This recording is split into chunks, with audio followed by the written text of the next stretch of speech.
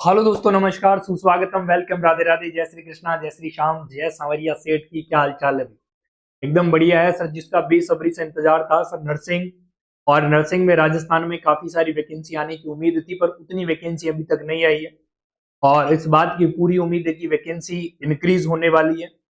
Increase होने के साथ मैं एक बात और कहता हूं कि शायद मुझे अभी भी ये लगता है कि वैकेंसी और है, लेकिन जो वैकेंसी आई है उस वैकेंसी में क्या मामला रहने वाला है, कब तक इसका एग्जाम होने वाला है, कुछ सवाल हैं जो आपके दिमाग में बार बार आ रहे हैं और बार बार कमेंट करके पूछा जा रहा है कि सर, राजस्थान स्टाफ नर्स की जो एग्जाम है उस एग्जाम का पैटर्न क्या होने वाला है, उसका सिलेबस क्या होने वाला है, और मैं कौन से वो सब्जेक्ट पढ़ लूं या कौन सी वो चीजें पढ़ लूं जो मेरे लिए बड़ी जरूरी है। तो आज की इस वीडियो में हम यही तमाम जानकारियां जानेंगे। तो 5-7 मिनट 10 मिनट का ये वीडियो रहेगा, उसमें तमाम सारी चीजें आप लोगों के सामने रखूंगा। बस आप दिल थाम के तमाम जानकारियां अपने दिमाग तक पहुंचाने की पूर्ण कोशिश करिए। देखो सर, सबसे पहली बात, राजस्थान स्टाफ नर्स के अंदर जो है वो एग्जाम का पैटर्न क्या रहता है, और यही सबसे इंपॉर्टेंट सवाल है। एग्जाम का पैटर्न क्या रहता है? अगर आप में से किसी भी मेरे दोस्त और साथी ने जवाब मांगना चाहे तो वो जरूर ये जानना चाहता है कि इस बार मैं राजस्थान में क्या बनना चाहता हूं सर। इस बार मैं राजस्थान में नर्सिंग ऑफिसर बनना चाहता हूं। ठीक है, राजस्थान में नर्सिंग ऑफिसर बनना चाहता है भाई। और उसके लिए सबसे इंपॉर्टेंट होता है कि उसके एग्जाम का पैटर्न हमें पता हो। तो मैं बता देता हूं, राजस्थान के अंदर जितने भी एग्जाम होते हैं मेरे भाई, मैं क्या कह रहा हूं मेरी बात को ध्यान से सुनना। राजस्थान में जितने भी एग्जाम होने वाली है, और अगर आप में से किसी ने प्रीवियस ईयर का कोई भी पेपर दिया है, राजस्थान के एग्जाम दो तरीके के हम देखते हैं सर। एक हमारे लिए सीएचओ का एग्जाम होता है, और एक हमारे लिए इस बार नर्सिंग ऑफिसर का एग्जाम होने वाला है, या फिर आप उसे ये कह रहे हैं कि सर स्टाफ नर्स का एग्जाम होने वाला है। मैं आपको एक बात बता देता हूं कि आप सिंपल सवाल पढ़ते हैं, सिंगल लाइन सवाल पढ़ते हैं।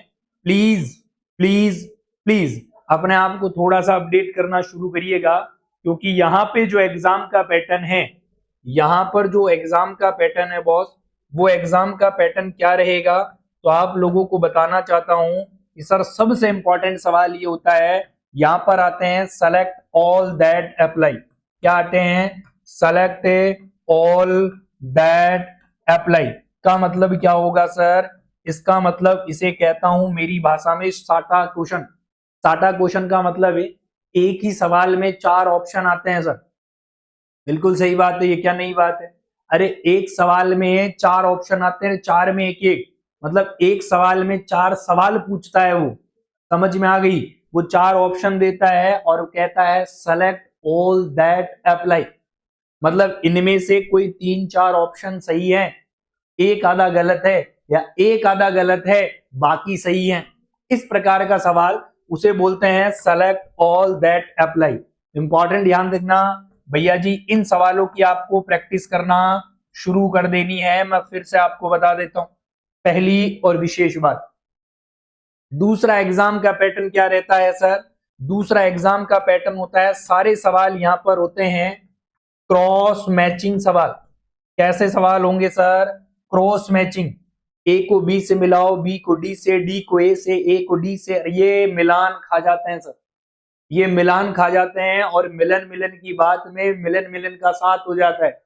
लेकिन यहाँ एक भी ऑप्शन गलत मिल जाता है तो सारा सवाल गलत हो जाता है। दूसरा एग्जाम में इंपॉर्टेंट जो ध्यान रखता है एग्जामिनर, वो ये रखता है कि भैया क्रॉस मैच सवाल करो।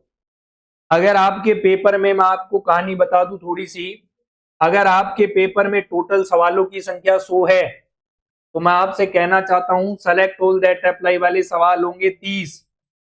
सर क्रॉस मैच के क्वेश्चन कितने होंगे? कम से कम 30। कितने सवाल हो गए भैया? 60 सवाल। और जिन सवालों की आप प्रैक्टिस करते हैं, जो हर बच्चे को आता है, नर्सिंग जगत के हर बच्चे को आता है, वो सिंगल लाइन सवाल होते हैं। और वो 30 सवाल जो आपके सामने होते हैं, वो कैसे होते हैं सर? वो हमारे सामने होते हैं सिंगल लाइन सवाल। और ये सिंगल लाइन सवाल मैं कहता हूं नर्सिंग का हर बच्चा कर लेगा, एवरी स्टूडेंट। मैंने क्या बोला? नर्सिंग का हर बच्चा कर लेगा, एवरी स्टूडेंट क्या कर लेगा सर? इसको कंडक्ट कर लेगा। मैं कहता हूं एवरी स्टूडेंट से कर लेगा सर। 10 सवाल कौन से होंगे? वो वो 10 सवाल ऐसे होंगे जो अतरंगी सवाल बोलता हूं मैं। अतरंगी सवालों का मतलब ये है कि वो कहीं और से ही है सर। ये बात समझ में आ गई। इनके अलावा मैथ, रीजनिंग, जीके और अंग्रेजी भी आती है। तो ये तो आप लोगों को मैं बता रहा हूं एग्जाम का पैटर्न। सबसे इंपॉर्टेंट पहली बात सुनना सर, आप लोगों को साटा क्वेश्चन की प्रैक्टिस करनी है, आप लोगों को क्रॉस मैच क्वेश्चन की प्रैक्टिस करनी है। ये आपने कर ली, इतनी कर ली कि सबको आते हैं। सर हमें थोड़ी सी जानकारी दे दो प्लीज, रिक्वेस्ट आपसे कि ये सवाल हम कहां पढ़े सर? साटा क्वेश्चन और cross match question concept RNA के यूट्यूब चैनल पर जाइए, कॉन्सेप्ट आरएनए के यूट्यूब चैनल पर जाइएगा। शाम को 6 बजे मैं आप लोगों के लिए लेकर आता हूं बेहद खूबसूरत क्लास, जिसमें सभी सवाल क्रॉस मैच और साटा क्वेश्चन होते हैं। जो नहीं देखा है वो देख लें, प्रीवियस ईयर की 2-3-4 दिन की क्लासें उठाकर किस लेवल के सवाल होते हैं। वो आपके राजस्थान स्टाफ नर्स और दुनिया के हर एग्जाम को क्रैक कराने का ओहदा रखते हैं। क्यों रखते हैं? क्योंकि ऐसे सवाल आएंगे तो आप प्रैक्टिस करोगे और प्रैक्टिस मेक्स मैन परफेक्ट। आप बिल्कुल परफेक्ट बन जाओगे, कोई रोक ही नहीं सकता। पहली बात क्लियर, सही बात। एग्जाम का पैटर्न, आगे चलते हैं सर। दूसरी जानकारी सर, क्या लगता है एक्सपेक्टेड कब तक हम मानकर चले? एक्सपेक्टेड एग्जाम हम कब मानकर चले? तो मेरा मानना और मेरा अनुमानित जो समय है सर, मेरा अनुमानित जो समय है इस मामले में, मेरा अनुमानित जो समय है वो मैं आपको समय बताऊंगा दोस्तों, दिसंबर। क्या बताने वाला हूं मैं समय आपको? दिसंबर के अंदर आपकी एग्जाम होना है। समझ में आ गई बात? आप लोगों के पास में टोटल पोस्ट कितनी आई है अब तक? सर हमारे पास लगभग 700 पोस्ट आई है। अब तक हमारे पास में 700 पोस्ट आई है। आप सर हमें एक और बात बता दीजिएगा, इस एग्जाम की प्रिपरेशन कैसे करें सर? इस एग्जाम की तैयारी हम कैसे करें? प्रिपरेशन जो है सर वो किस प्रकार से करें भैया? आप लोगों के पास में अगस्त, सितंबर, अक्टूबर, नवंबर, दिसंबर को छोड़ देते हैं, 4 महीने हैं सर। कितने महीने हैं सर आप लोगों के पास? 4 महीने हैं। और मैं कहता हूं पूर्ण कोशिश के साथ, पूरे एफर्ट के साथ हर दिन क्या करना है आपने? मैं कह रहा हूं आपने एवरीडे, कम से कम एवरीडे जो है वो आप लोगों को क्या करनी है सर? थ्योरी पढ़नी है 6 घंटे डेली। मैं कह रहा हूं 6 घंटे थ्योरी पढ़नी है। कितने महीने तक पढ़नी है थ्योरी? और उसके बाद में 2 घंटे डेली एमसीक्यू लगाने। डेली आपकी पढ़ाई जो है अभी आज से ही मान के चलो 8 घंटे की यहां लगाने हैं आपको एमसीक्यू। ये वाला पैटर्न आप फॉलो करते रहिए सारे आने वाले 90 दिन के लिए। 90 दिन में आप थ्योरी को कम से कम 3 से 4 बार रिकॉल कर डालो, 3 से 4 बार उसका रिवीजन कर डालो और डेली 2 घंटे एमसीक्यू लगाओ सर, डेली 2 घंटे एमसीक्यू।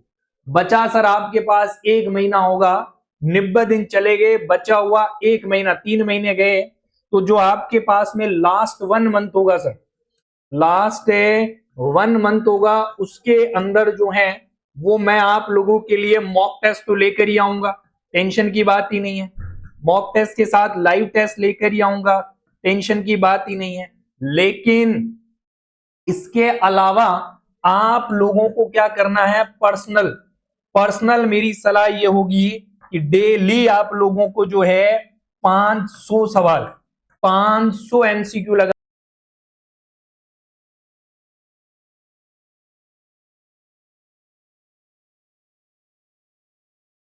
तो भाई आप लोगों को मैं बता रहा हूं, स्पेशली आपको ध्यान देना है। क्या ध्यान देना होगा सर?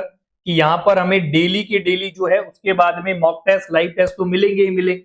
साथ ही में एक विशेष बात ये ध्यान रखनी है कि सर क्रॉस मैच सवाल, सेलेक्ट ऑल दैट अप्लाई वाले सवाल पे हमारा विशेष फोकस है रहेगा। तो आप लोगों को मैंने 3-4 बातें बता दी है कि सर हमारा जो है वो एग्जाम का पैटर्न क्या रहने वाला है। क्या बोला मैंने? सबसे पहली बात मैंने आपको ये बताई है कि सर हमारे एग्जाम जो है उस एग्जाम की पैटर्न क्या रहेगी।